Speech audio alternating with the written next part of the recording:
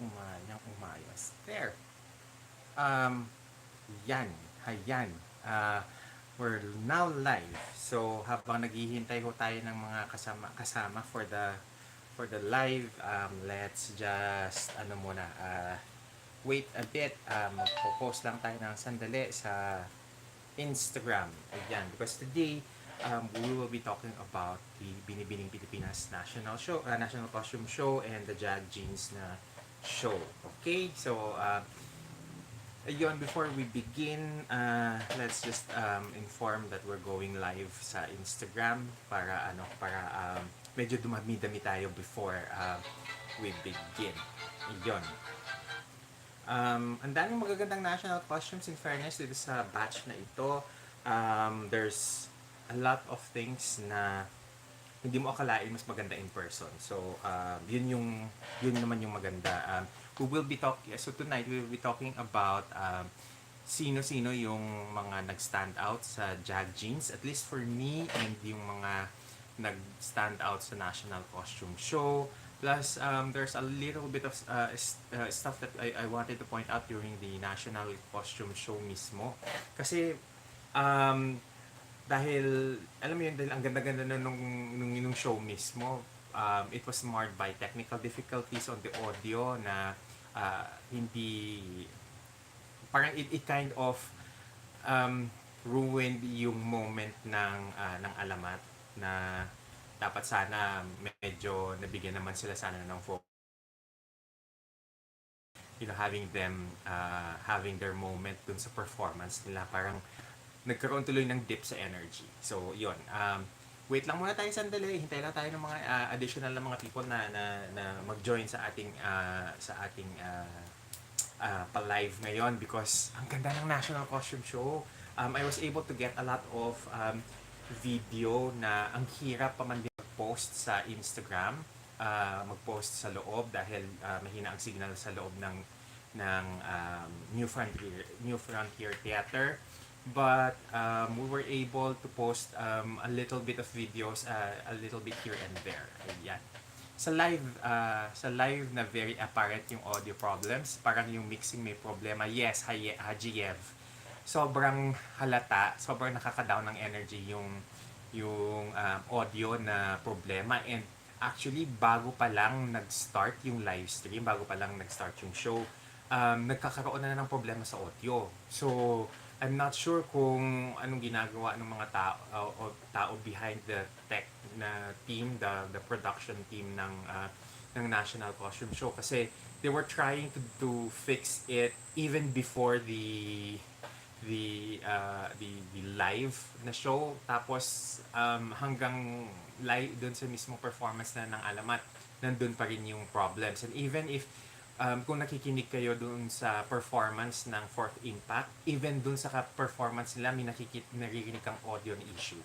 So, I'm hoping na with na last na ito na maging issue, kasi we don't want to have that na problema later on sa finals. And the finals, I believe, will be directed by a different what do you call this? Different director. Yung nag-direct kasi nitong National Costume Show at ng press presentation, iisa lang. And yung magdi-direct ng finals will be si Direk Alpo Guerrero na nga daw. Ayun. At saka wait lang, saan sabi ni kay Hajiev, nahilo kami sa slides sa camera angles. Actually, yun ang hindi ko pa nakikita kasi right after na matapos yung event, ang hirap kumuha ng taxi pa uwi, pero I tried my best na makauwi ka agad because ayokong ma-stranded sa dami ng tao na gustong umuwi sa may Cubao, Araneta kanina. And hindi ko pa nakikita yung mga camera angles. Hindi namin nakikita yung kung saan nakaposition yung mga camera. So we're not sure ano yung na-experience nyo, but I'm hoping na sana mas pulido na yung camera angles on the finals night, especially sa inyo na mga nakapanood ng live stream. Ayan. Steph Tang, hello. Welcome to to the live natin. Sana, sabi ni Steph, sana sa finals on time mag-start at wala ng mga technical issues. Sobra kasi nakakaburaot yung alam mo yung ang taas-taas ng excitement mo, ang taas-taas ng excitement level mo, tapos biglang dahil dun sa performance na either hindi magkaginigan yung magpe-perform or yung mic hindi gumagana. So parang sana naman maayos talaga kasi ang ganda na parang it's yung everything uh, is so well done except yung mga technical issues na nakaka-Debbie Downer lang. Ayan. Steph Tang, wala na po session with Tito Boy. I think sila pa rin yung sila pa rin yung uh, um, oh, that I don't know. Kasi nabanggit nga pala kanina na it's going to be live on Kumu na yung yung tawag nito, yung Road to the Crown. As you all know naman kasi ang nagpo-produce usually ng Road to the Crown na primer is ABS-CBN at ngayon at wala na sila sa ere.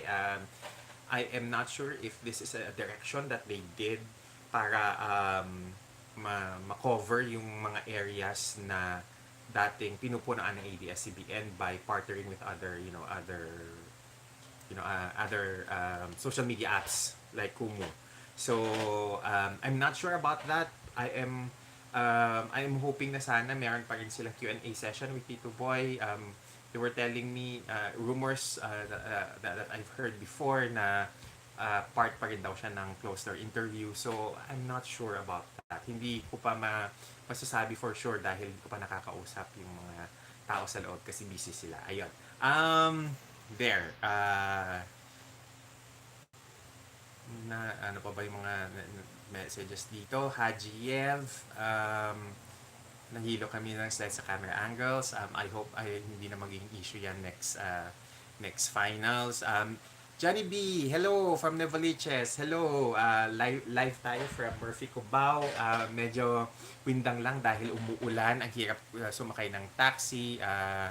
But buti na lang nakauwi ka agad. Ayun, hindi na rin ako nag-hang around doon sa Araneta, nagstay behind because one thing, umuulan, ang hirap po sumakay ng taxi, ang hirap din naman na hagilapin yung mga candidates kasi they were all, originally kasi ang banggit sa amin was that we are allowed to have interviews on stage with the candidates after the national caucus show.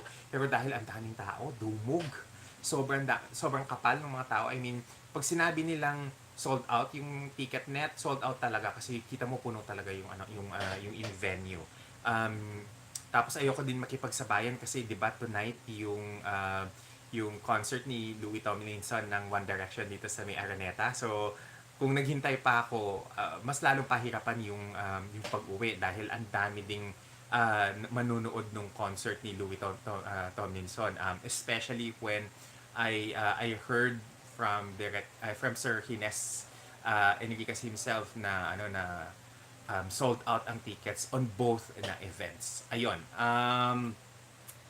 Steph Tang, yes, Direct Alco, siya rin ang naging director natin last year sa final. Siya din ang magiging director apparently daw this July 31 na finals.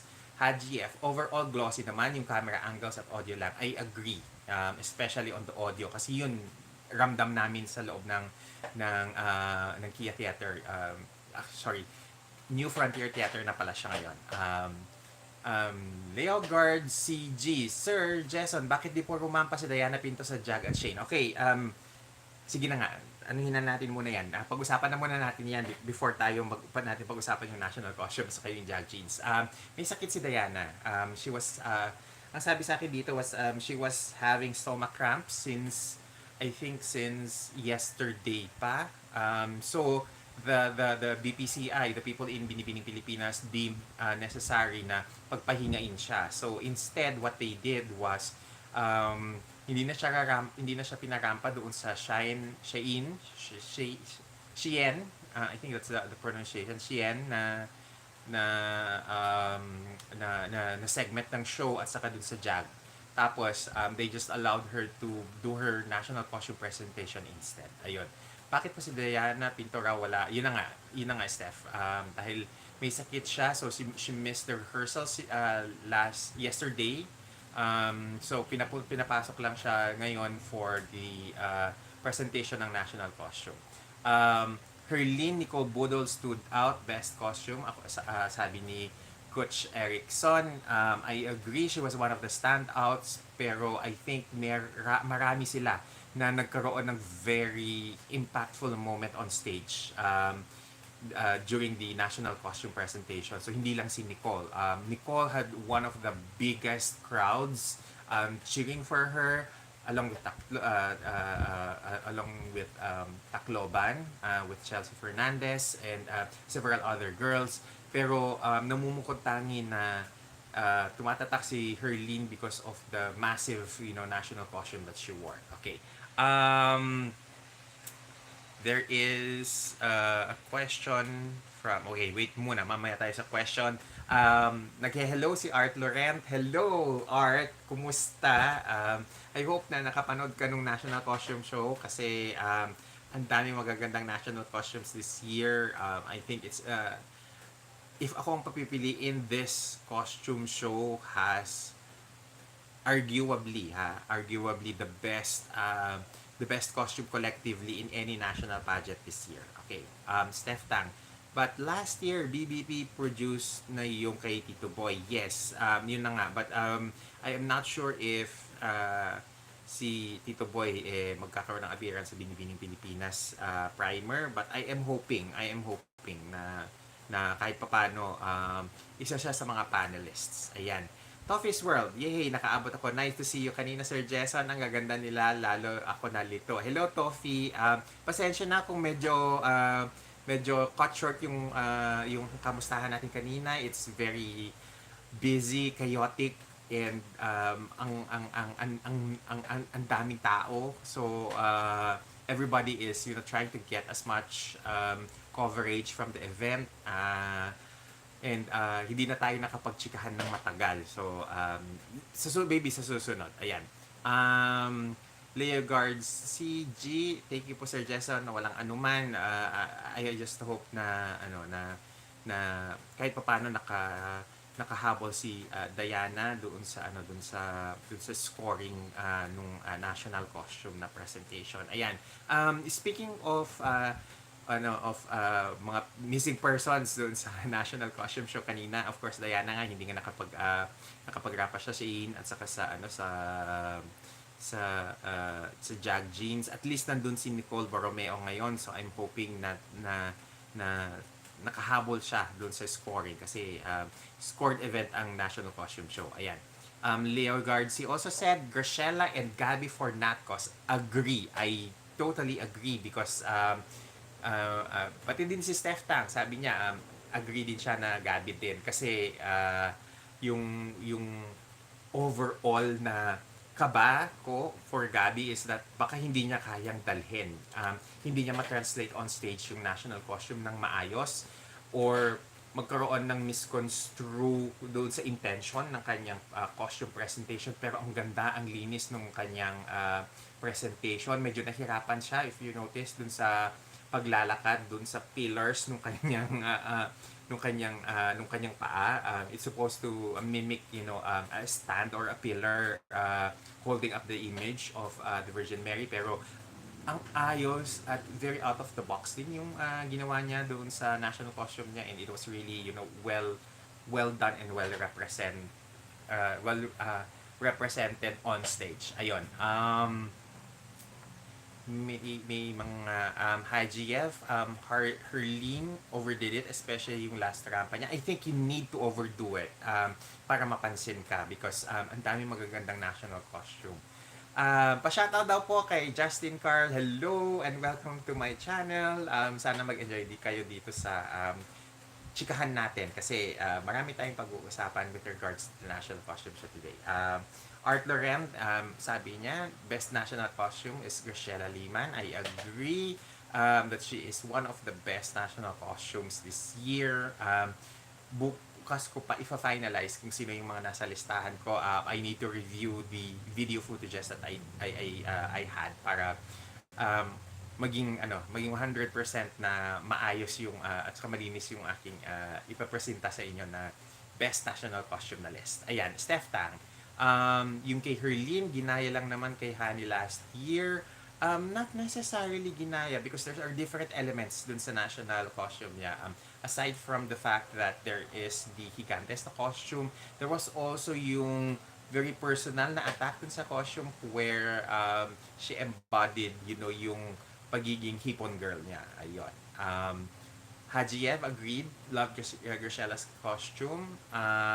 Kung kanina po ang Justin Carl is asking kung kanina ang coronation, sino-sino ang magkakaroon, ang hirap sabihin because ang daming nag-perform in certain moments of the competition. So, siguro hihintayin ko lang rin talaga yung primer kasi doon what do you call this, nagkakaroon ng changes, sa listahan. Doon nagkakaroon ng lagalagan portion sa National Costume Show. Johnny B, I would have preferred that they did not release the pictures of the costumes because before the actual show. I am not 100% sold with with not releasing it kasi there are mga surprise moments dun sa presentation ng mga girls, Johnny B. But I get your point na na medyo nawawalan ng surprise. But I think yung mga pag-release nila is ng mga costume na photos. I think they need it because they need to have or rather they need to generate buzz on the national costume shows. Ayun. Jeff Osteria says, overall performance from fashion show to not cost Graciela talaga. Ayan. I agree, Graciela is one of the standouts. YouTube user 1329 says, hi Sir Jason, avid follower of your IG page po. Hi YouTube user. I hope na pati din sana dito sa YouTube ko maging follower kayo. Ayun. Koch Erickson says, aside from Herlene, tikbalang of Graciela is also okay. Gabi costume is quite bothering. Lots of bashers in social media. Jagrampa, I like Nicole Budol and Roberta Tamondong. Ayan. There is a part, according to Steph, may part sa Jag or Shine na nag-shine si Elda at Chelsea. Ayun. Okay, Art Laurent is saying na, bakit I'm feeling sad this year? Bakit naman sad this year, Art? Diba? Parang, well, okay, pag naalala ko, basahin muna natin yung comment niya, okay? Bakit I'm feeling sad this year? Pag naaalala ko na 4 lang ang crowns na at stake. To think na halos lahat talaga deserving. I really hope na nakikita ng Miss Universe ang mga ganap para matauhan sila. I hope so too. Yun na nga, I think nabanggit ko na rin ito before doon sa pa-live natin sa Kumu yesterday na ayaw din ng Binibining Pilipinas na bigla-biglaan na lang silang nag-a-add ng mga titles because of course gusto naman din na talaga nila salain yung mga international franchises na kinukuha nila. Ayun. Justin Carl, nabigla ko kay Sir Real kanina. Yes, pag-uusapan natin yan mamaya. Is it just me na parang may coronation glow na si Karen Lurie kanina? Yes, isa siya sa mga ang ganda ng rehistro during the entire show. Toughest World, ang daming magagandang national costume. Aminin mo Sir Jason, 2 ang haggard. Cebu City, sayang ang ganda pa naman niya. And pinaka-haggard Bulacan, di ko maintindihan. Okay. Social media says, yung stage at production pang finals na. Masyado tuloy paasa sa finals. Agree. Except siguro lang talaga dun sa mga issues on the technical issues sa audio. Okay? For me, irrelevant po yung costume ni Hipon po. Hindi nag-blend yung Hipon-inspired bodysuit sa Gigantes. like how is it possible to mix the two concepts? That's from Migo Tolentino. And Angel Castillo says, sana madagdagan ng crown ang Binibining Pilipinas. Ang daming girls na pwedeng ipadala sa international pageants. I agree. Okay, so sadali lang. Inom lang muna tayo bago tayo mag-start with the national costume na, na commentary. Okay? Okay, so, doon sa mga national costumes this year, meron na akong mga initial na listahan kung sino yung I thought would be the kind of costumes na pag-uusapan or aabangan for the National Costume Show. And doon sa listahan ko, magbanggit lang muna tayo siguro ng 5. No? I had Chrisella Liman's tikbalang costume, the costume ni Gabi, the Padulong Inspired Festival na national costume ni Gabi. I also had in my list yung magtataho na costume ni Stacy Gabriel. And then yung costume ni Nicole Budol, especially because of the gigantes na aspect of the national costume. And yung panglima actually sa listahan ko was a toss between Diana Matis Manggagapas na costume and yung costume ni Kia Moreno, which is the Our Lady of Penafrancia. So, yun yung mga initially na mga costumes na parang gusto kong ilagay sa top of my list. However, during the national costume presentation, parang nagkaroon ng shifting sa ranking in my list. Nadagdagan pa lalo yung mga listahan ng mga national costume na sa tingin ko really stood out. Okay, so I have a press release from Binibining Pilipinas with me with notes at the back. So unahin na muna na siguro natin yung costume ni Stacy Gabriel because it was very well executed. I like the fact na ang dami niyang mga elemento na pwedeng mapag-usapan, mapansin na very small details from yung sago doon sa shoes, yung good morning towel sa ulo, yung piso sa tenga, yung Swarovski encrusted na aluminum na lagayan ng taho at arnibal to the pinya barong that she wore. It was all well executed, all well done. Kumbaga parang na-uplift yung image ng magtataho. And I like the fact na kapag tinignan mo, zoom in mo yung photo ni Stacy, marami kang makikita na small tidbits of detail that really helps to make the national costume, stand out. Mas maganda siya tignan in person rather than in photos yung national costume. Parang feeling ko mas maganda siya in motion. Ayun. Social media mentioned here that Cindy O should be main host in the upcoming main pageant nights. I doubt that they will ask her to be main host because currently she's still a reigning queen, and yung trabaho ng pag-host ang hirap na reigning queen ka na nga, ikaw pa ang mag-host. However, we're thankful that we have Catriona and Nicole Cordoves back in the what do you call this, in the hosting gig, in the hosting of the main pageant, and that we have Samantha Bernardo providing color commentary. Ayan. Nangigibaw talaga strong features ni Diana, maitawid lang niya ang Q&A, ilalagay ito sa MGI. Okay, that's from Justin Carl.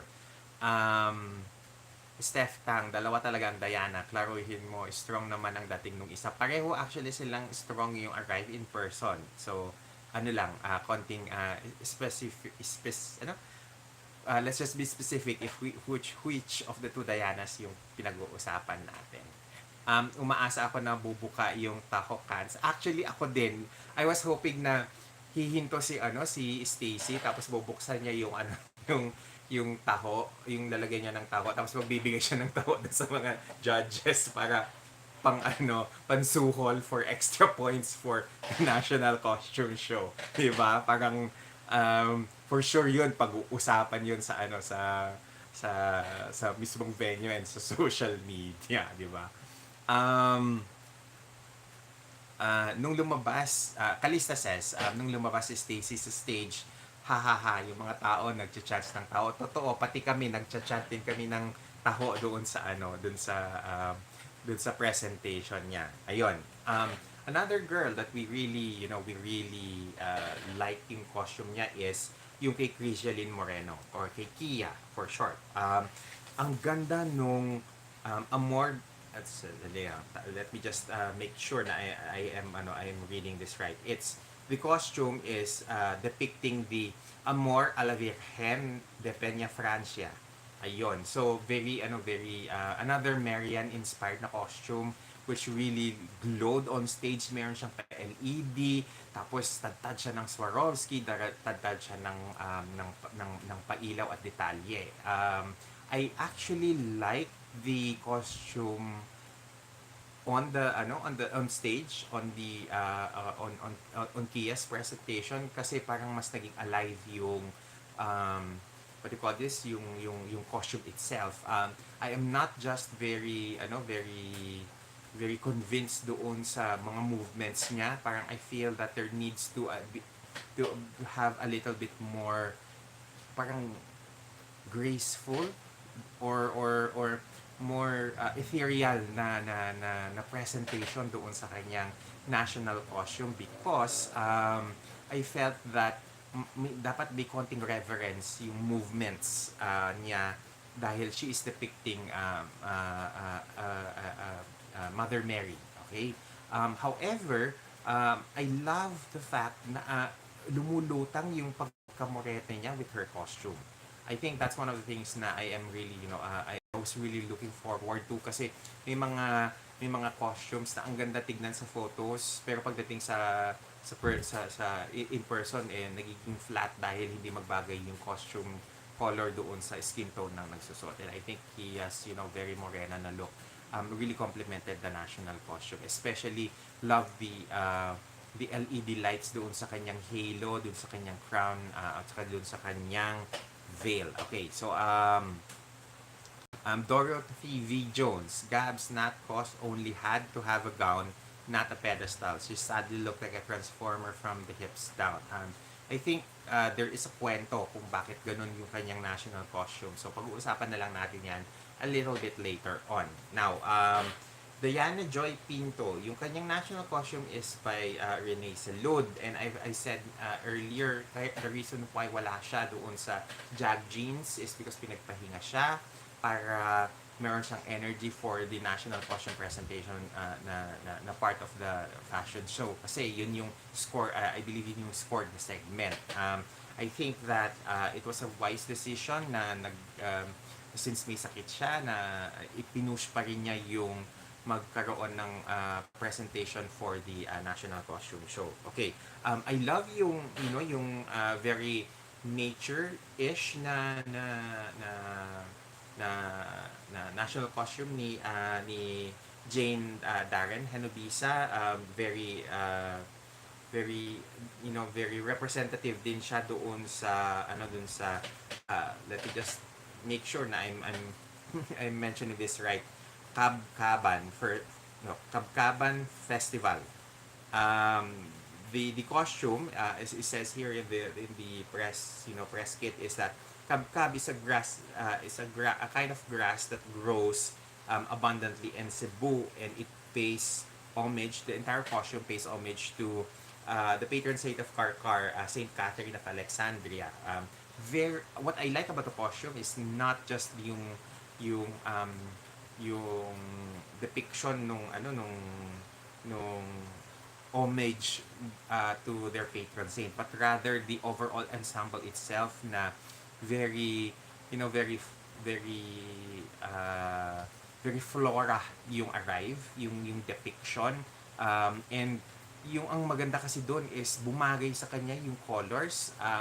Jane Darren has a very very earthy tone na skin na maganda sa kanya yung mga reds and oranges, but when she wore something that is, a little bit more to the cool side of the fashion color spectrum, a lot of yellows and greens, bumagay sa kanya yung intensity ng kulay ng kanyang national costume. And I think that's, one of the reasons why maganda yung rehistory niya sa live na presentation niya.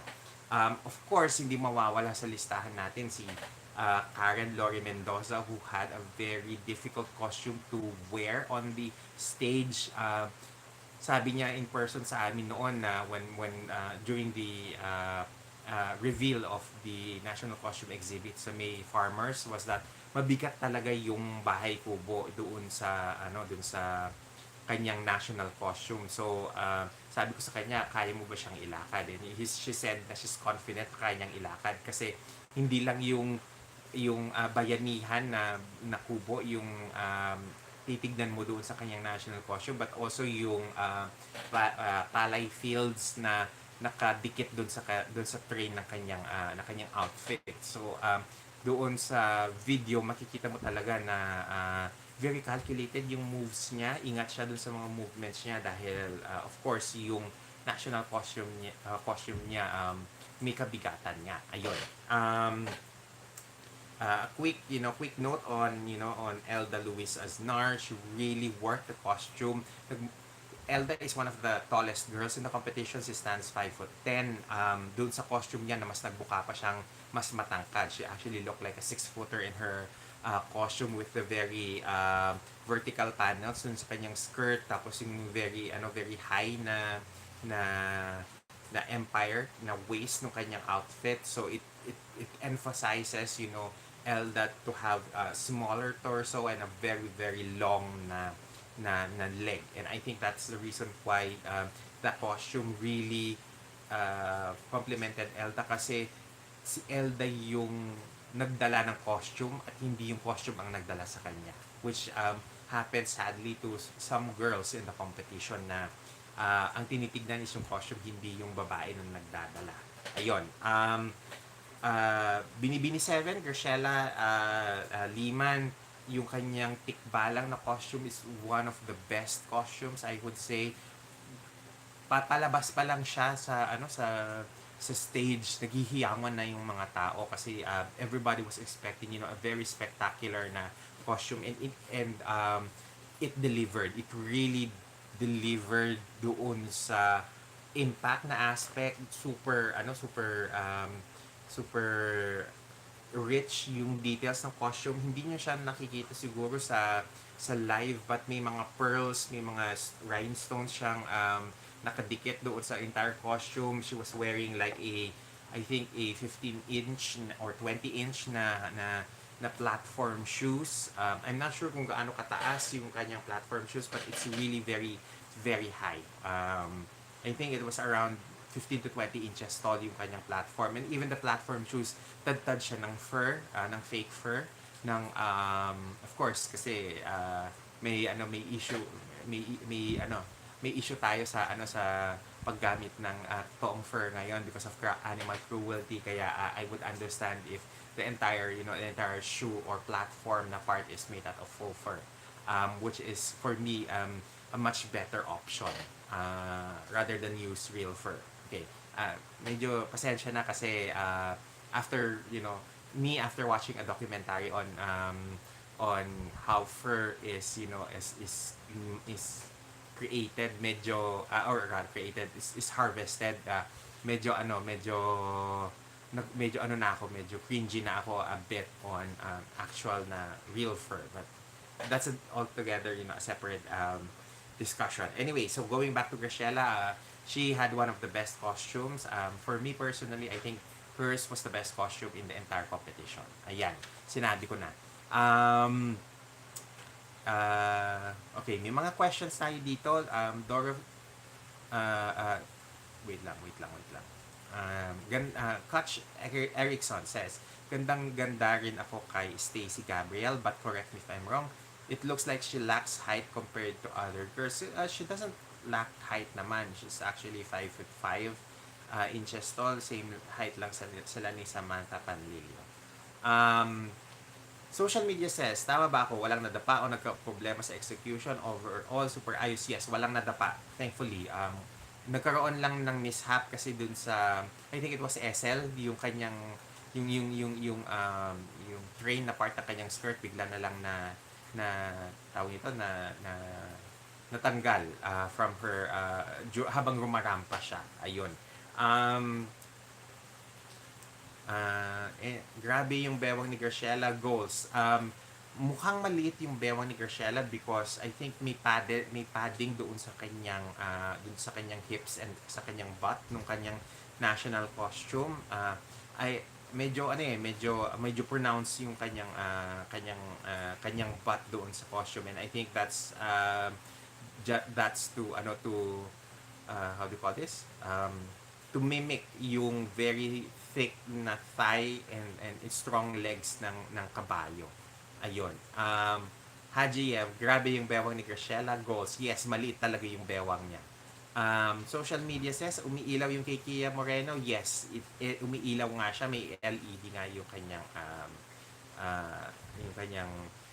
national costume. And social media is asking, taga saan kayo? Bilis yata nakauwi. Wala nang post-event chikahan o kainan doon. Actually, social media, kasi ako malapit lang ako sa Cubao. I'm actually currently in Murphy, Cubao, kaya it's a stone throw away from Araneta City. Parang isang tricycle lang nandun na ako. Hangout ko ang Aranet, ang Cubao ngayon. The reason why umuwi ako kaagad is because alam kong may concert si Louis Tomlinson sa Coliseum, and for sure jam-packed din yung event na yon, at pag nagsiuwian sila ng late, tapos ako nakipag-mingle pa ako sa lahat ng mga tao sa venue, umuulan, tapos maraming tao, tapos madadagdagan pa ng mga magsisiuwian ang tao dahil sa concert. I'm sure baka problema sa akin yung umuwi kasi makikipag-away ako, makikipagsuntukan talaga ako para makasakay lang ng taxi.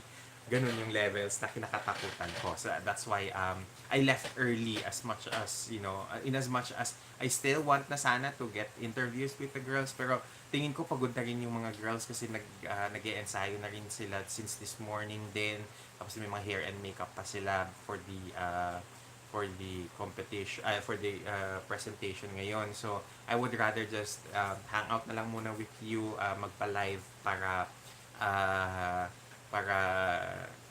mas productive siya na means of spending time. Ayan.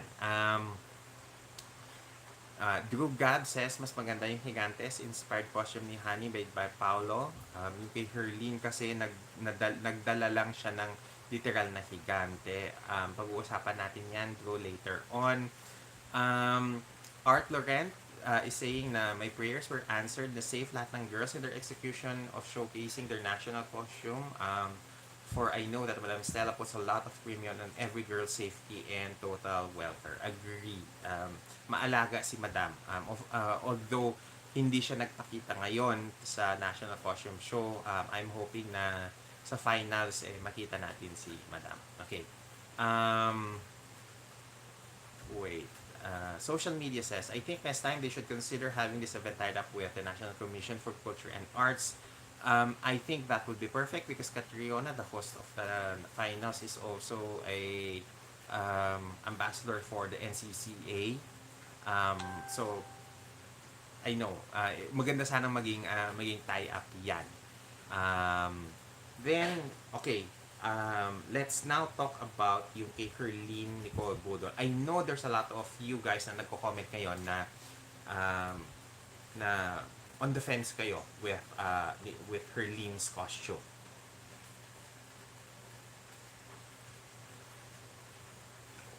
But to her defense, I think what she did, what she was trying to do was to combine two aspects of kung taga saan siya, may represent niya yon because she was from Angono Rizal, which is the same province I believe na ni-represent ni Honey last year. And gusto niya na medyo may aspect na personal sa kanya yung yung costume niya. So the best way to do that without looking like it was only a copycat of in concept of Honey's costume previously in Binibining Pilipinas. Ginawa niya ng paraan na maging two-in-one, something that represents her and where she came from, yung kanyang national costume. And I understand yung thought and yung intention behind it, kung bakit ganun yung ginawa niya. For me, very impactful siya because pag pag nung dinulat-lat niya yung kanyang cape, there were sceneries of Angono that's depicted on the cape niya that kind of for me at least ties everything together as a whole. May nagsabi earlier na hindi nila nagustuhan yung yung shimmying niya on stage during the huling lakad ng mga candidates, but for me I think that was necessary para mapansin siya on stage dahil with all 40 national costumes ang gaganda, kinakailangan mo mag-stand out. Ayun. Ayun. Okay. So, then let's go to other national costumes na for me, nilagyan ko talaga ng mga notes. Yung kay SL May Pabilaran, I really love yung national costume niya because she was able to twirl, to have fun with it, yung kanyang nyug-nyugan na costume, yung sorry pala, it's the costume is called Laga Hukuyanis, and it is made from woven coconut fibers, wooden beads, mga coconut shells and spangles and tassels. So it represented yung harmony among Lumads, Christians, and Muslims. So I think for me, ang tumatak sa akin is the coconut aspect of ng kanyang national costume kasi yun yung saan nag-focus yung mata ko doon sa kanyang entire costume, especially on the national costume exhibit. I love the fact na nakakagalaw siya. I just hope na sana hindi na natanggal yung train part ng kanyang costume because it really would have balanced out yung heavy na front with the train sa back na may detalye din. Kasi nung natanggal yung train sa back, makita mo na very bare yung skirt at the back, kaya medyo nagtitilt. Kumbaga, if yung harapan niya is mas mabigat, umaangat yung sa likod. Kaya yun yung problema kasi pag hoop skirt na meron kang undergarment sa loob that supports the entire structure. Kapag mabigat yung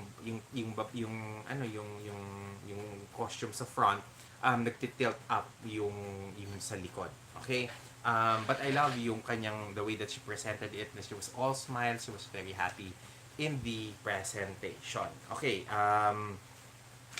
Next, I have Patricia Antan na gandang-ganda ako doon sa the way that she presented yung kanyang masbate na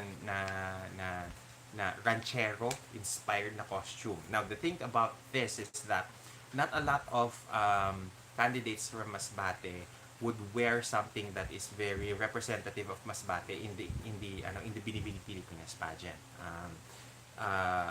In fact, I believe when Hannah in one of her years that when she joined Binibining Pilipinas, she wore something that is Ifugao inspired na costume dun sa, I think that was during the first time that she competed in 2019, and then last year I didn't see that aspect of very Masbate dun sa kanyang costume. So yung costume ngayon ni Patricia Antan na ranchero, tapos may saloon siyang bit, tapos meron siyang mga cows doon sa kanyang costume. It really tried to represent yung culture niya in that costume. And if you look at yung kanyang oops, sorry about that. May gustong tumawag. Anyway, as I was saying, if you look closer to kanyang costume, mayroon siyang chaps doon sa kanyang what do you call this, kanyang outfit, yung kanyang pants. There's chaps there that ranchers traditionally would wear na para maprotektahan yung kanilang sinusuot na mga pantalon. Now, the chaps is usually made of leather para siya yung kumbaga protektahan niya yung yung pantalon nung mga cowboys and cowgirls, and it usually is made out of sorry, not of cow, it is usually made out of leather kasi it will prevent yung pagkiskis ng fabric doon sa hide ng mga cows. And usually kapag nangyari yon, yung because of the force of the abrasion, nagninis-nis yung fabric ng mga pantalon, and that is why the chaps was invented or created in order for rancheros to preserve yung kanilang mga garments, yung kanilang mga pants. And for those na hindi alam yung aspeto na yon ng mga ranchero, I really love yung mga small nuances of these details that is included in the costumes, because it allows us to have an understanding of the costumes themselves. Next, we have on the list yung um, puni na inspired na costume, o yung traditional weaving ng Bulacan. With it's a leaf weaving ng Bulacan that is interpreted by June Samsung Pugat. Now, sa mga hindi nakakaalam, June Samsung Pugat is a higher batch of mine in the clothing tech program of the University of the Philippines. He is actually one of the designers, one of the UP alumni, UP clothing tech alumni na who really pursued successfully a fashion career in the designing field. And if you know his work, June, Manong June, as we call him, because he's Ilocano, Manong June has the kind of technique that is mostly fabric, fabric and pattern related, yung kanyang attack on designs. Kung nakita nyo yung yung what do you call this, yung costume ni Joanna Day for the Santa Cruzan, it was also another Samsung Pugat who made that ensemble. The genius of Manong June is that doon sa Good Samaritan na costume ni Joanna Day, yung entire outfit na yon, including the veil, is made of just one piece of fabric that is draped along the body. And that is what really makes the costume really stand out, especially itong puni na costume ni Manong June, kasi super nag-rely talaga siya doon sa kanyang trademark, which is fabric, fabric draping and fabric techniques, and allow the fabric to speak for itself in terms of his design. So kung makita nyo yung national costume na presenta kanina ni Joanna Day, that is simply a couture piece.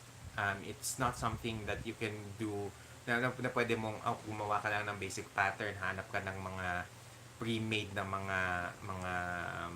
mga lace and beaded na mga laces sa fabric store, and then you put them together and then that's it, that's a national costume. Hindi ganun gumawa si Manong June, and that's why he is one of the designers na talagang wow kami when it comes to his designs. Now, in terms of yung kanyang execution doon sa national costume ni Joanna Day, we really love the way that he put together yung national costume niya.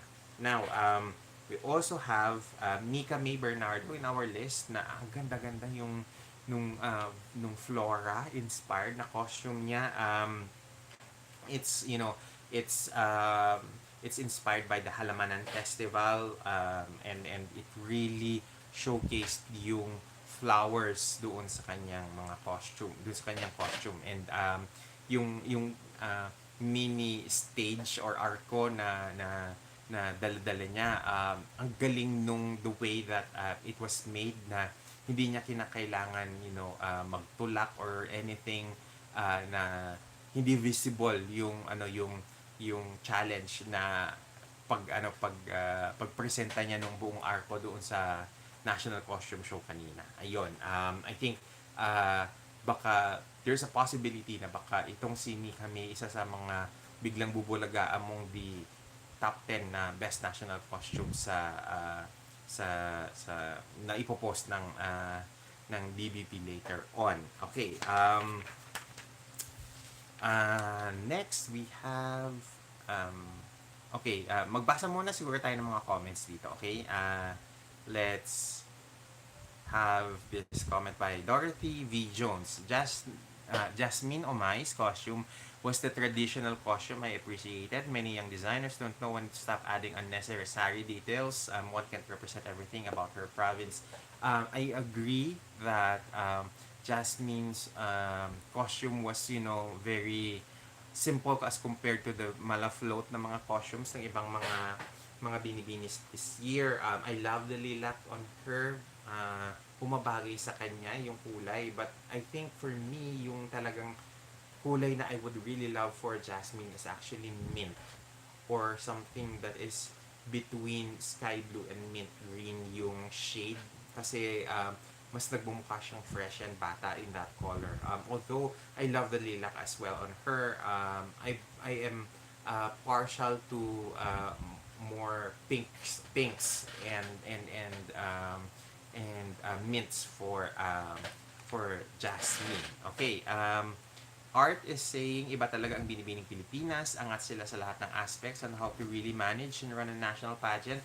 Mahirap pantayan ang prestigious standard na sinet ng BPC. I agree. Super. Napuno ba ang theater? How's the ambience po according to social media? Yes, punong-puno. And here's the thing about the na gusto kong i-point out na it's my pet peeve. During the entire time, bago mag-live yung event on social media, parating sinasabi ng voiceover na please wear your mask throughout the entire competition. Pero ang daming pasaway ng mga fans, ang daming pasaway ng mga tao, ng mga audiences, na kaming mga media, pinapaalala na namin yung mga nagpunta doon sa event na maglagay sila ng mask. Kasi maglagay man sila ng mask, expose naman ang ilong, o kaya na sa baba yung mga masks nila.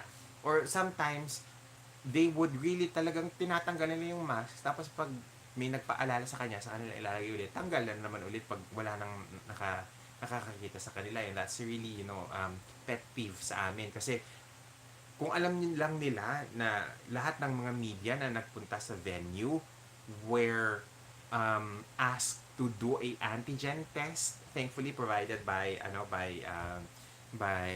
the BPCI, the Binibining Pilipinas, and Araneta City na organizations, yung mga antigen tests namin. Pero the mere fact that we had to go through that para lang ma-secure yung safety ng ibang mga nanonood, to make sure na hindi kami magkalat ng sakit, and to see them na very lax sa security nila, sa safety nila, parang ano ba naman, kaya hindi tayo umuunlad dahil simpleng instruction, simpleng pakiusap, hindi natin ginagawa. So yun, puno ang New Frontier Theater ng mga tao. There are some empty seats at the back, pero yun yung mga seats na hindi ganun kaganda yung punto de vista sa stage. So understandable na blanco or kokonti ang mga tao doon.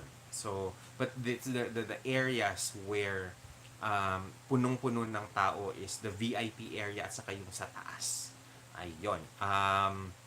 bakak talaga yung performance ni Graciela. She really stood out tonight according to Calista.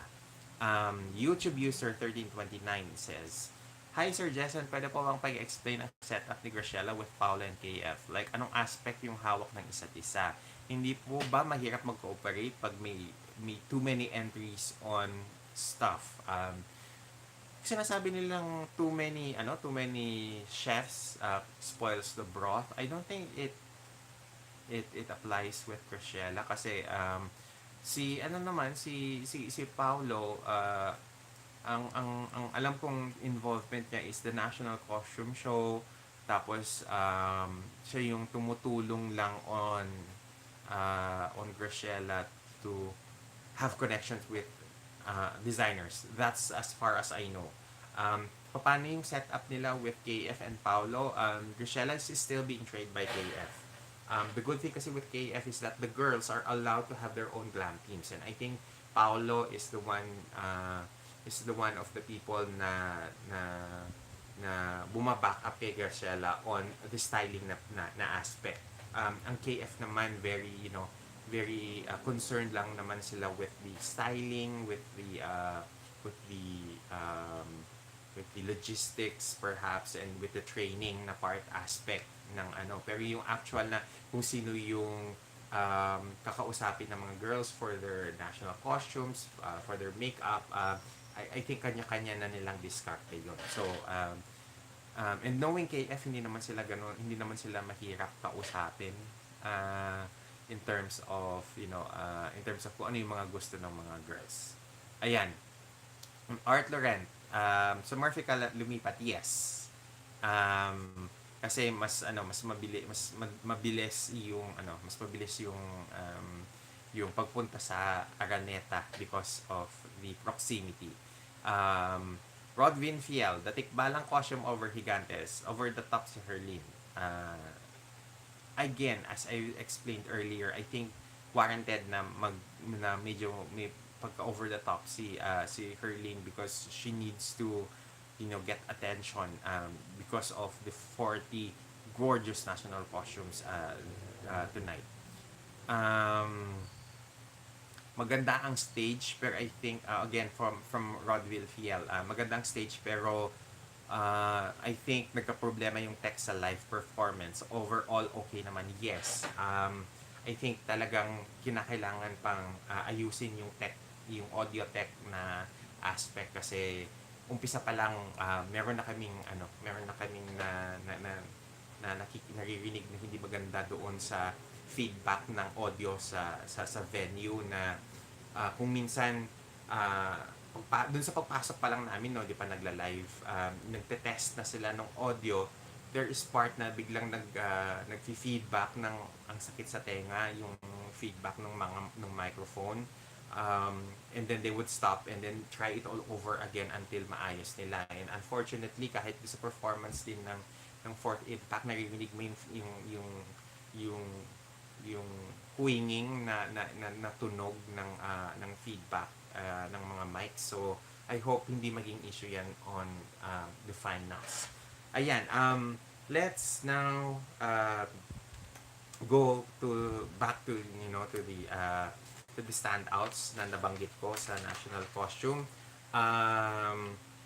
Nicole Borromeo, I love the fact nung kanyang perya na costume na nakakatuwa siyang tignan. And then we're glad that she's back in the competition after not being able to go and perform during the press presentation nung nakaraang linggo. I hope na what she presented in this event would enough to cover up kung ano man yung na-miss niya doon sa press presentation. I love the fact yung ang daming palara doon sa kanyang costume, na very fun yung kanyang presentation. I would just love na lang a little bit sana na mas plinano pa or mas plakado yung movements niya on stage kasi with that kind of having fun on stage, kinakailangan pa din na hindi mawala yung showmanship aspect of the entire presentation. Very yung Axel Ke na na what you call this, na costume, it looks great on stage, pero kinakailangan pa din na yung performance aspect pulido.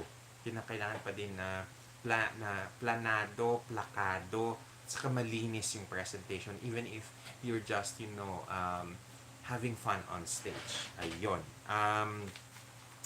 Sino pa ba yung mga nandito? Okay, Binibini 25, Annalena Latrini wore a Louis Pangilinan na ice blue na Filipiniana na Maria Clara, modern Maria Clara ang dating niya. I think she still needs to have a more fluid, more graceful na performance on stage because medyo stiff pa yung kanyang mga movements. I think yung ito talaga yung weakness niya sa umpisa pa lang doon sa what do you call this, doon sa opening pa lang ng glam shot exhibit na kausap na namin siya, and we told her na practice yung kanyang mga angles, yung kanyang mga movements kasi yun yung area na kung saan siya weak. Then next, we have Cyril Payumo na lahat kayo biglang nagulat dahil akala nyo may manananggal na aspeto doon sa kanyang national costume, because kami rin nagulat. We love yung kanyang yung kanyang ETA inspired, yung ETA Magansi na costume. We understand yung bakit kulot-kulot yung buhok niya doon sa kanyang presentation. I think that was a wig. I'm not so sure though kung talagang hair niya yon. Kudos dahil nagawa niya na kulutin yung buhok niya right after the Jagjin show. So we're really, we're really thinking na baka wig lang yung ginamit niya. But the presentation was like wow, kasi nagsayaw siya on stage using yung mga traditional movements ng mga ETA na mga folk dances. She really registered well in the competition, na super plakado yung look niya during the national costume show. So wala akong masabi. Lahat tayo nagulat, lahat tayo impressed dun sa pinakita niya doon sa national costume niya. And there are several of you na nagbanggit dito, I believe, na nagulat din dun sa presentation niya, especially doon sa part where nagtanggal siya nung what do you call this, yung skirt extension ng kanyang costume. Ayan. So there is also marami nang dumarating na na mga comments. So let me just go through some of them.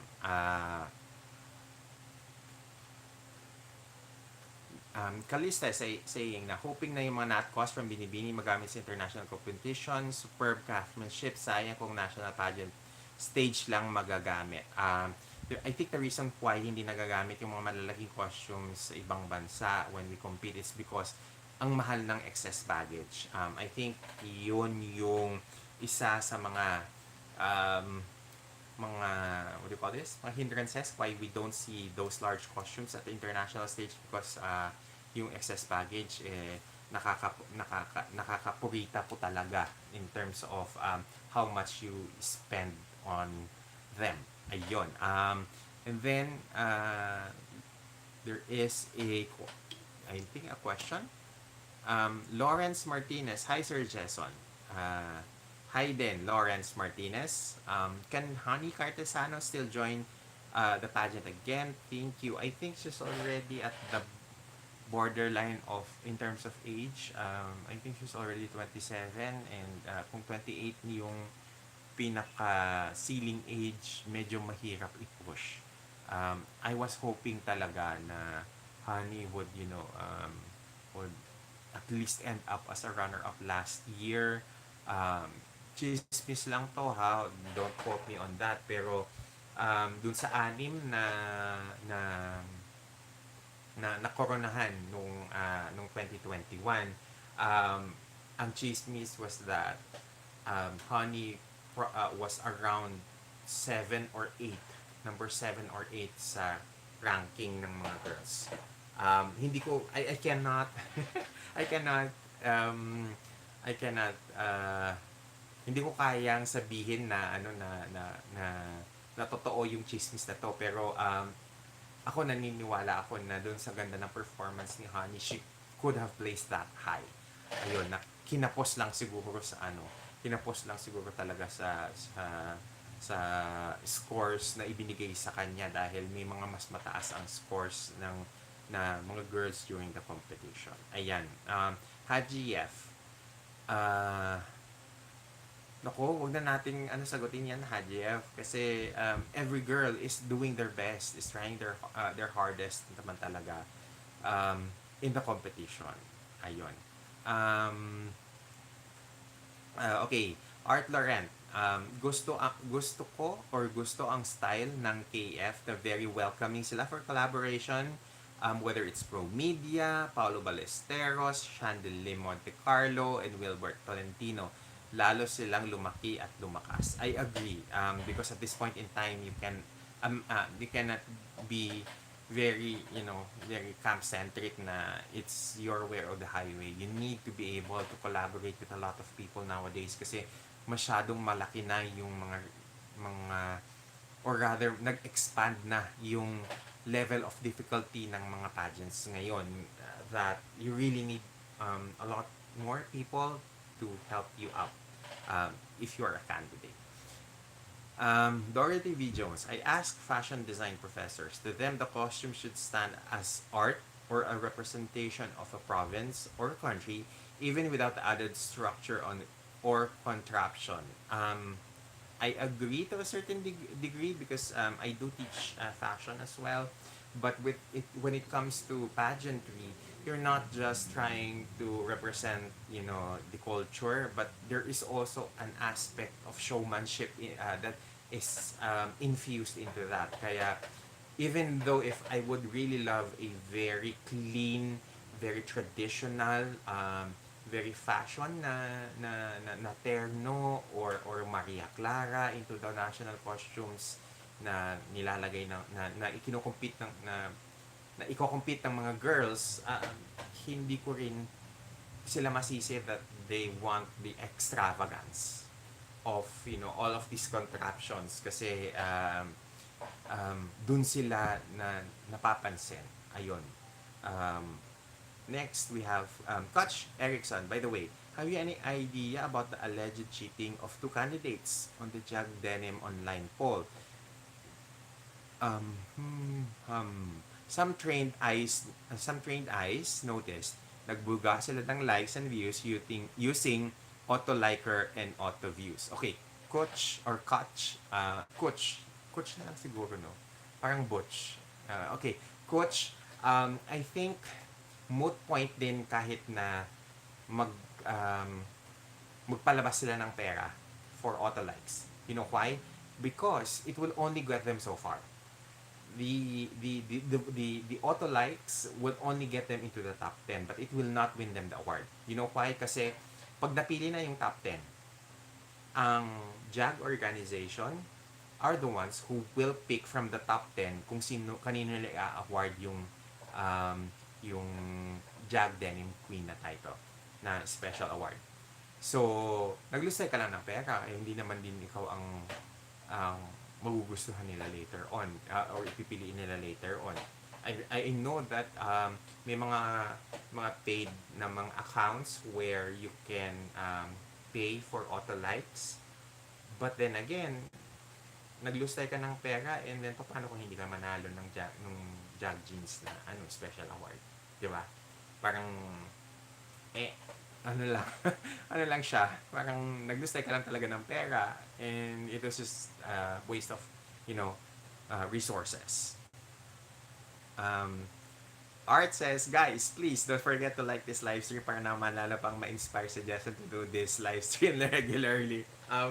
Yes, please do like this live stream. I'm actually not a very comfortable person in front of the camera. I'm more comfortable actually writing This is a new, medyo bago to sa akin, yung papa-live stream. I'm not a very, you know, very YouTube na person, but I am trying my best because uh, I hope that I can reach more people, with with this platform. Ayun. Thank you Art sa sa pa-plug, and thank you din kay Dorothy V. Jones for liking. Ayan. Talaga ba yung kay okay, Toffee's World, talaga ba yung kay Joanna Day na costume niya ay di ko maintindihan? Baka pang may alam lang talaga siya. Baka sa aming mga simpleng tao di siya nag-resonate. Again, Toffee, yung costume kasi niya is yung mga dahon na wini-weave together as part of yung mga dekorasyon, part of the paano binabalot yung mga kakanin, pagkain nila sa Bulacan. I think doon ginagamit yung puni na weaving, and I think that that kind of how do you call this costume is inspired by that. Kaya ang nakita nyo is parang mga colorful tela lang na pinaghabi-habi together. I think yung pinaghuhugutan na kultura is very steeped into to their place na gusto niyang dalhin yun, but in a very fashion centric na way, I suppose, because for those who are in the know, Jun Samsung Pugat is a very very fashion centric na designer. Hindi siya yung pageant centric na designer na kinakailangan maraming beadwork ang kanyang gawa. So there. Now let's talk about Binibini 27, si Jessica Rose McEwen. Love the sandok na mga part ng costume niya, because it's actually based on yung Pinupukan Festival nila, which honors Saint Joseph the Worker. As you all know, si Saint Joseph, the husband of Mary, has many different epithets like Mother Mary. Kung si Mother Mary, yung kanyang epithets are Key of Heaven, Queen of Angels, and other other titles bestowed to her, na we are familiar with in the Santa Cruzan. Si Saint Joseph has the worker as part of his epithet. One, I believe, because there is also Saint Joseph the carpenter. There's also Saint Joseph the oh my god, I forgot yung mga kasi medyo matagal na yung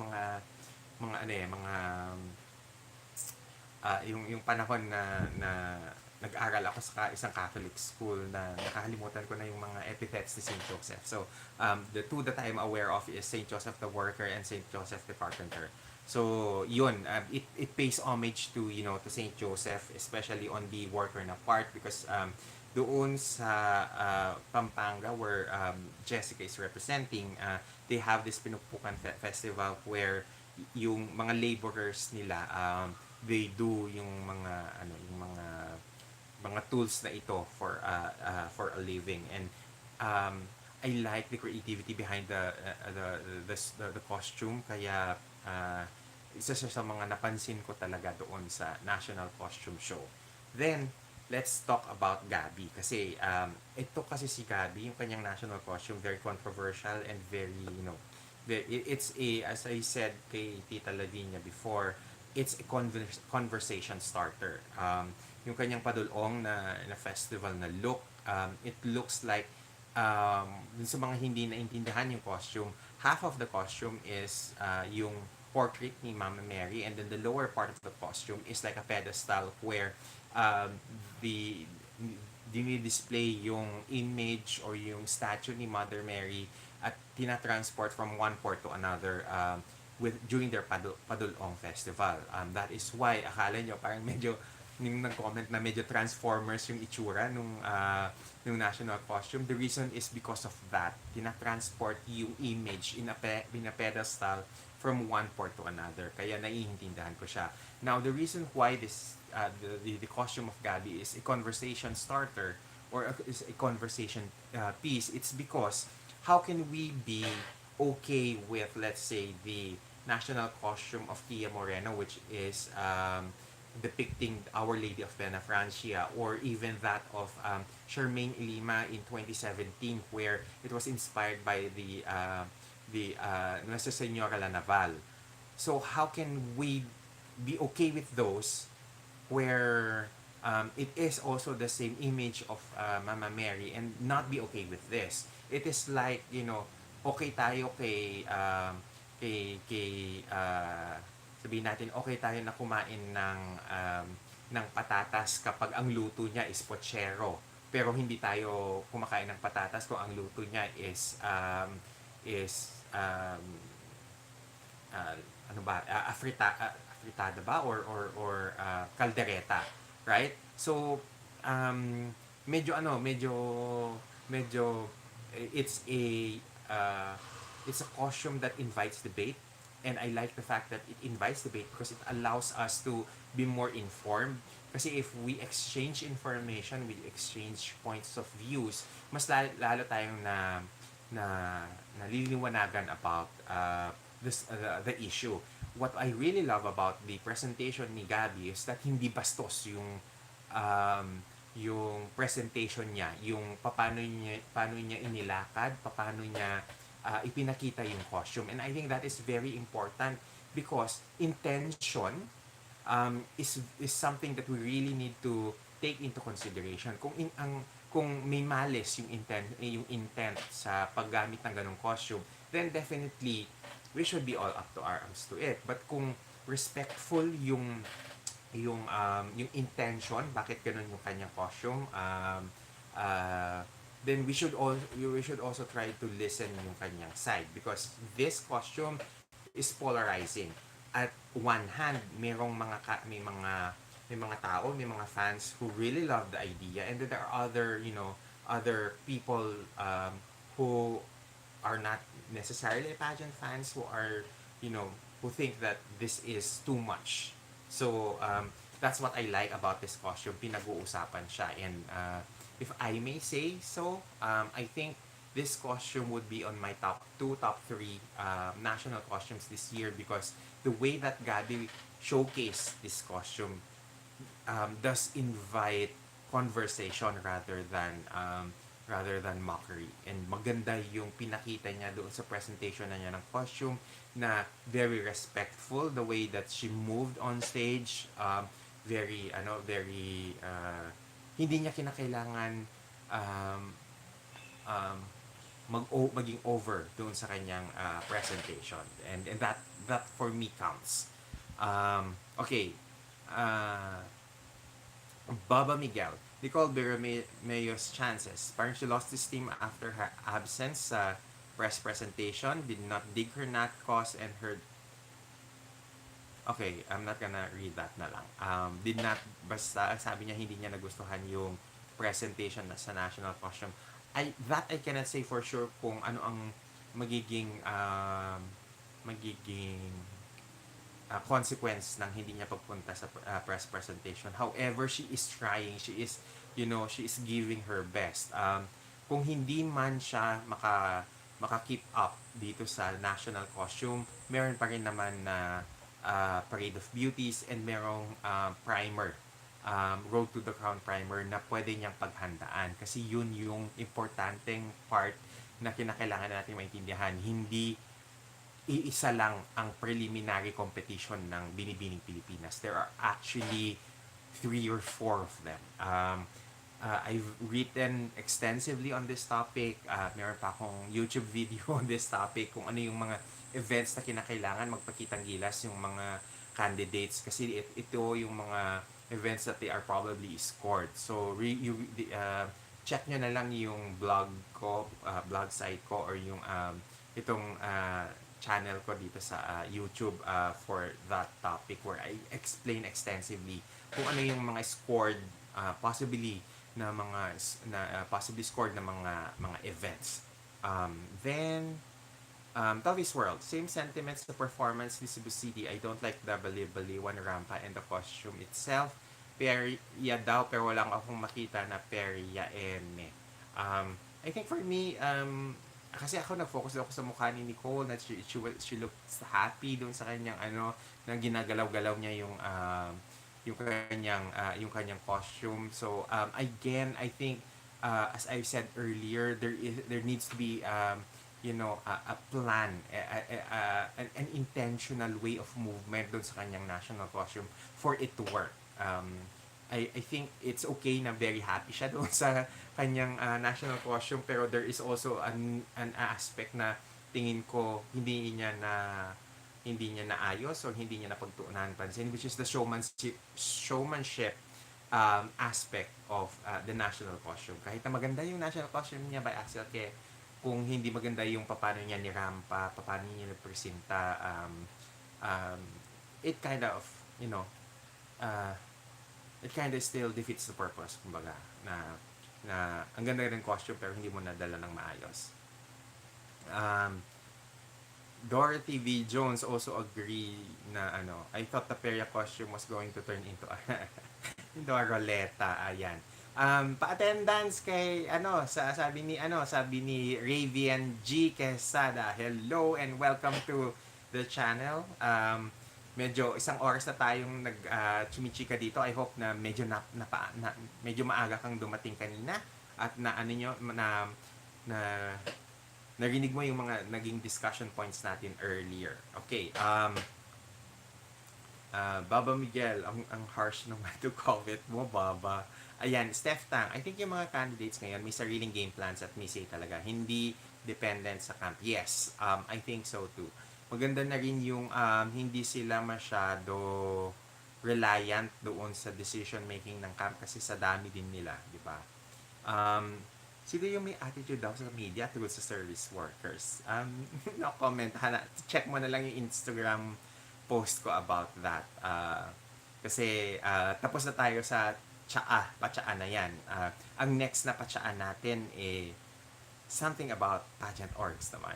Pero hintayin nyo yun. Hindi matatapos ang tsaa ngayong pageant season.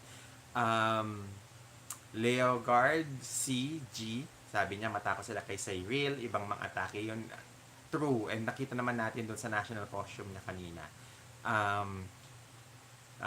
Very surprising yung biglang nagtanggal siya ng palda, di ba? YouTube user 1329, Sir Jason, wala bang wala bang bad blood between peeps ng TCI and ACES? I don't know for sure, pero I think meron.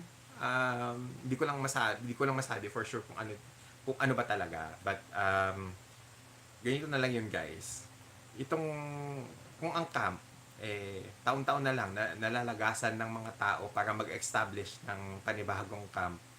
Baka naman may something, di ba? Read between the lines na lang. Mapapahamak tayo pag sinagot ko yan Again, another question from YouTube user 1329. Sir Jason, reveal mo naman yung mga girls na uma-attitude. Ayoko nga, malibel kaya tayo. Pero aware ang Binibini dun sa mga girls na may attitude. So, yun na yun. Kung nagbabasa kayo ng IG ko at hirap kayo dun sa makangiwing patsaa, mangopya, di ba? Diskartehan nyo na yun. Lawrence Martinez, thank you Sir Jason. Maybe Honey can join Miss Global Philippines. Yes, sana. As for BBP 2022, Gabi Basiano, Karen Lori Mendoza, Ana Lacrini, Diana Maki, Chelsea Fernandez, Grishela Leman, and Roberta to win a crown. Actually, marami pa pwedeng idagdag. Pwede kong idagdag dyan si Iliana, Oriana Aduana. Pasensya na kasi mas nasanay ako na tawagin siyang Yana because from the time that she was introduced sa amin in February this year, Yana talaga ang tawag ko sa kanya kasi nung hinahanap ko siya sa IG, sabi niya, ang name ko sa IG, Yana Aduana. So, yun, nasanay na lang ako. Aside from Yana, ilalagay ko din si Stacey Gabriel na pwedeng mangharbat ng corona. pwede din kung ilagay si Jasmine Omay. Hindi lang siya ganun ka popular, pero ang ganda ng bata. Sobrang, tapos ang ganda ng skin. Ang ganda ng skin. Sino pa ba yung mga pwede nating ilagay? Hindi mo nabanggit yata si Cyril. Ah, si Cyril, I mean, at 5'11", siya yung pinakamatangkad na girl. I mean, come on, ilagay natin siya listahan.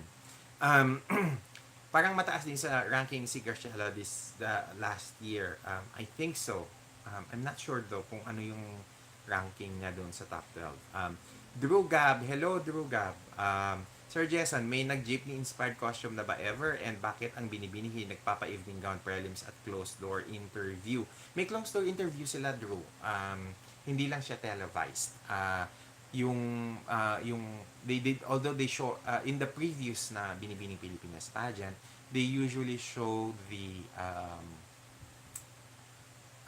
snippets of the closed door interview sa Road to the Crown, dun sa Binibining Pilipinas primer. Hindi nila pinapakita lahat, kumbaga, yung closed door interview. Ayun. As for the evening gowns, I have no idea kung bakit hindi sila nagpapa-evening gown preliminary. Although, what I am sure is that hintayin natin yung ilalabas ng Binibini na evening gown portraits ng mga girls.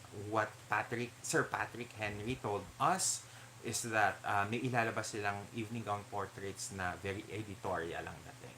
Ayun. So there. CJ Opiaza, sabi ni Lawrence Martinez, yes, agree, CJ. Okay. Pag-usapan natin yung costume niya a little bit later. Jibuel Zion Nabyong says, Saturday ka sir and Sunday si Tita Love, weekend pageant update. Ganoon ba? Buti naman at hindi kami nagsabay kasi for sure lahat kayo nandun pag siya ang nagpalayo. Ayun. And ayoko din naman sumagasa kay Tita Loves when it comes to yung schedule ng palay. Coach Erickson, thanks. Nice answer, sir. Now I'm educated about that JAG thing. I like your thoughts on pageants. 3 thumbs up. Thank you. Jimuel, tinatanong mo kung nasaan si Binibini 3. Ilang beses ko nang sinabi na may sakit siya at pinarampa na lang siya sa National Costume Show at hindi doon sa Jag at saka Shane. Baba Miguel, I always just focus on the face. But Binibini 31 stood out for me earlier. She'll be a surprise in the final, I feel.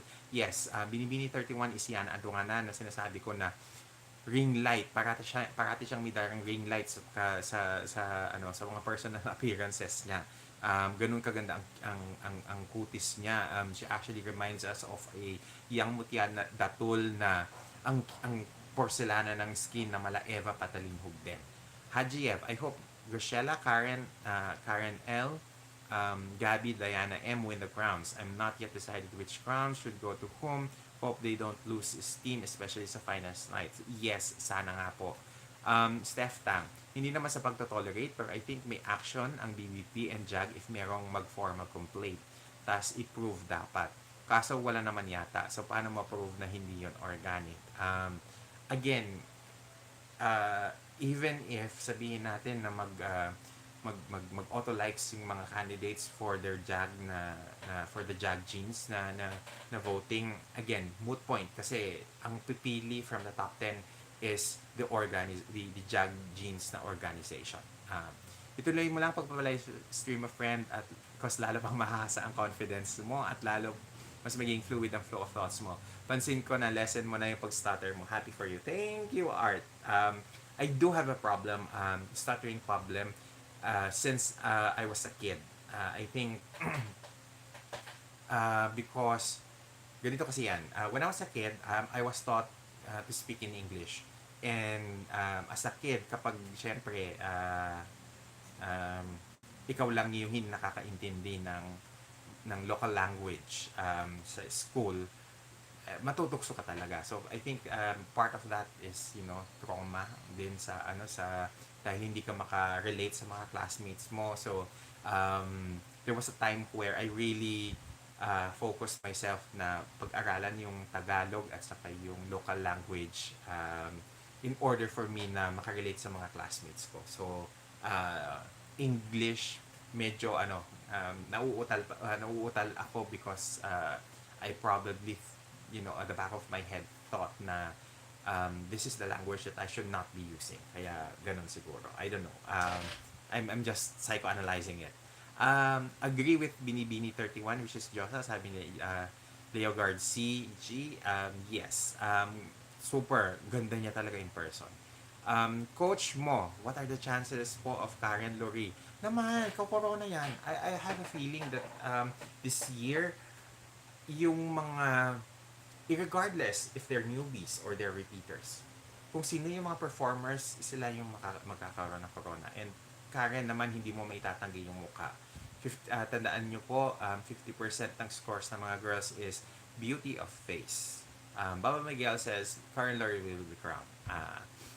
Dorothy D. Jones, I don't see any issue with Marian representations. It's been done before in so many forms here in international pageants. It's just the pedestal boots that don't work for me. She had a hard time walking. Agree. Medyo nahirapan nga siya sa paglalakad, pero nung nag-posing na si Gabby, very minimal lang yung movements niya, pero may dating. I think it's the face talaga na nagdala. Ayun. Sky Akakan, Sir, bakit wala si Diana Pinto sa first match? Nasagot ko na yan. Sinabi ko na, nga, may sakit siya. Pinarampa na lang siya sa, sa NatCos at hindi na sa judging sa siya Shane. Ano yung thoughts sa performance ni Herlene? I think it was just enough for her na mapansin. Because yun naman yung kinakailangan niyang gawin talaga is to be para mapansin siya ng mga judges na and ords. Baba Miguel, Ana Valencia will be unbeatable in a few years. It seems to be like a redundancy of Hannah Arnold this year. Yes, kinakailangan pang puliduhin yung kanyang movements on stage. Hamza Don Adin, grabe yung national costume ni Cyril Pariumo. Mas lalo kaming naloka nung kaming mga nasa live audience, 'di ba? Akala namin biglang may manananggal costume si Cyril, tapos biglang ay hindi pala, meron pala siyang performance aspect, kaya nagtanggal siya ng skirt kasi nagsayaw siya on stage. Steph Tang, inilabas kanina yung gown portrait sa opening. Hindi ko nakita. Oh my god. Sige, balikan ko yung live stream. Live na po si Tita. Ayun, sorry na. Mukhang sasagasa kaming dalawa. Cyril Payumo is super ganda in personal. Yes, super ganda siya in person. Glowing din si Chelsea. I'm a fan of Karen. Laki ng improvement niya from last year according to Drew. And pero nakulangan pa din ako sa pasarela niya. Parang walang factor. Kulang sa pitik. Lawrence Martinez says, hoping Super and Universe will be back to BBP or another crowns like Charm, United Continents, or even Global and Aura. So many deserving, beautiful ladies ngayong Binibining Pilipinas 2022 and only 4 crowns. Now, let's just wrap it up kasi medyo matagal na tayong naka-live. It's an hour and 30 minutes na, and medyo nasa patapos pa lang tayo dun sa mga i-discuss natin. I love especially yung LGBTQIA na colors ng national costume ni Josh de Maculangan. She looked very in command on stage kanina. Yung kanyang presentation was just right. Hindi masyadong magarbo, walang extra movements, walang kinakailangan lagyan ng pa-OA na movements yung kanyang presentation. So I really love that. Especially yung kanyang ibong Adarna na kanyang costume, because a lot of the girls, medyo kapag may pageant, masyado ng gasgas yung paggamit natin ng sarimanok. So yung ibong Adarna na costume ni Jazz was a little bit of a different angle to the ibon na costume, and with the fact that she included yung colors ng Albay Tourism logo, I think that's a good thing that ginawa nung kanyang costume designer. Again, gusto kong i-reiterate si Yana Aduana with her national costume na very Maria Makiling yung kanyang attack. yung ganda ng mukha at kutis ni Yana nangingibabaw in that sense. And I also love yung si Anne Carez de Mesa, but more so in the Jag Jeans naman na presentation, because she was giving us angles. At saka yung ngayon kasi nagiging trademark na niya yung liyad na aspeto ng kanyang presentation. So I think that really, is something to, look forward to come finals. And okay. Medyo malapit na po tayo. Let's now talk about yung costume ni CJ Opiaza. I think the costume of CJ is something that is similar to the costume before ni Samantha Bernardo. It's something that we've seen before. But what makes the costume of CJ different is that there is an aspect of Mariam Habak's mermaid costume in her yeah, that is incorporated dun sa overall visual na impactful na na look ng costume ni CJ. Ang maganda kasi kay CJ is yung kutis niya na very morena, very Pinay, and it really emphasized yung kanyang skin with the pearl and light blue na color dun sa kanyang costume. And hindi naman natin pwedeng isantabi din yung presentation skills ni CJ, although I think not with this costume medyo nag-pull back siya. But if you look at yung Jag Jeans na portion ng show, you can see that lahat ng mga girls na magaling rumampa or may stage command, sila yung nasa unahan ng segment. So, it also doesn't hurt na karamihan sa kanila matatangkad. And CJ at 5'7", is one of the girls na talagang alam mong may pitik kapag naglalakad. Ayan. Binibini 35, Diana Maki, loved yung kanyang manggagampas costume. I think it's one of the best costumes in the entire show, no? And ang gusto ko doon kasi sa performance or rather, ang gusto ko doon sa national costume na part na sinuot ni Diana is that yung performance aspect. Kung nakita nyo, very MGI yung galawan niya for that presentation aspect of the fashion show kanina. So hindi ako magtataka if later on a lot of pageant pages would start thinking of Diana as a possible contender for the Binibining Pilipinas Grand International na title. Now and finally, the last two girls that I wanted to talk about is Jasmine Omay, na napakaganda nung kanyang Maria Clara, or rather actually it's a terno, not Maria Clara. And yung color, very young, which is appropriate for her skin. Love the movements, yung very graceful yung pag-twirl niya at pag-cover na niya ng face niya with the fan. So, alam mong very aral din yung paano niya ipanisinta yung napakasimple na costume as compared to the other girls na may mga pa-float sa kanilang mga costumes. I like the fact that she chose a very young color, but I think she would have been more, parang mas may oomph siya kapag mint yung ginamit niyang kulay. And then, finally, we have Roberta Roan Tamondong in a Manny Liwag creation, which is, a representative of, the Seven Lakes and Buko Festival of San Pablo, Laguna. I really love the fact that hindi kinakailangan ng masyadong maraming arte sa movement or maraming galaw si Roberta. She's very womanly, and it shows dun sa kanyang presentation na very mature yung kanyang presentation. In fact, in the Jag Jeans na show, there was a moment there where parang nakitaan ko ng medyo Gabriela Isler yung level ng kanyang movements on stage na very in command. And I think that is one of the things na pwedeng kopyahin ng ibang mga candidates kay Roan na kung wala pa sila nun. Okay? There is more. Okay, Leo Guard GC says, Chelsea is glowing. Yes, I agree. Isa din kasi siya sa mga pinakamagaganda ang mukha eh. So, hindi natin maaalis na with the right, makeup, with the right skincare routine, talagang mag-glow talaga si Chelsea. Druga, I'm a fan of Karen. Laki ng improvement niya.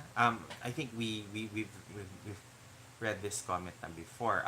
I think nandito na tayo sa comment ni Hamza Don Adin. Iba din yung glow ni Maureen Montaigne. Yes, mas lalo siyang glowing ngayon.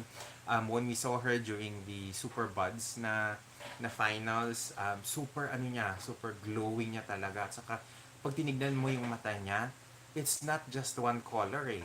And hindi siya naka-contact lens. Ang mata niya is actually has greenish and hazel na color sa eyes niya. Kaya, it complements yung kanyang there are parts of her look na glowing siya, especially with the new hair color that she's having. So yes, super glowing talaga ni Maureen in person. I think among the girls ngayon, kapag pinagtabi-tabi mo sila ng lahat ng mga reigning queens, namumugot tangi talaga na magi-stand out si Maureen because of yung inner glow niya. Clean game. Naguluhan ako sa costume ni CJ Opiaza. Sorry, parang 4 costume yung suot niya. Ayaw mag-connect.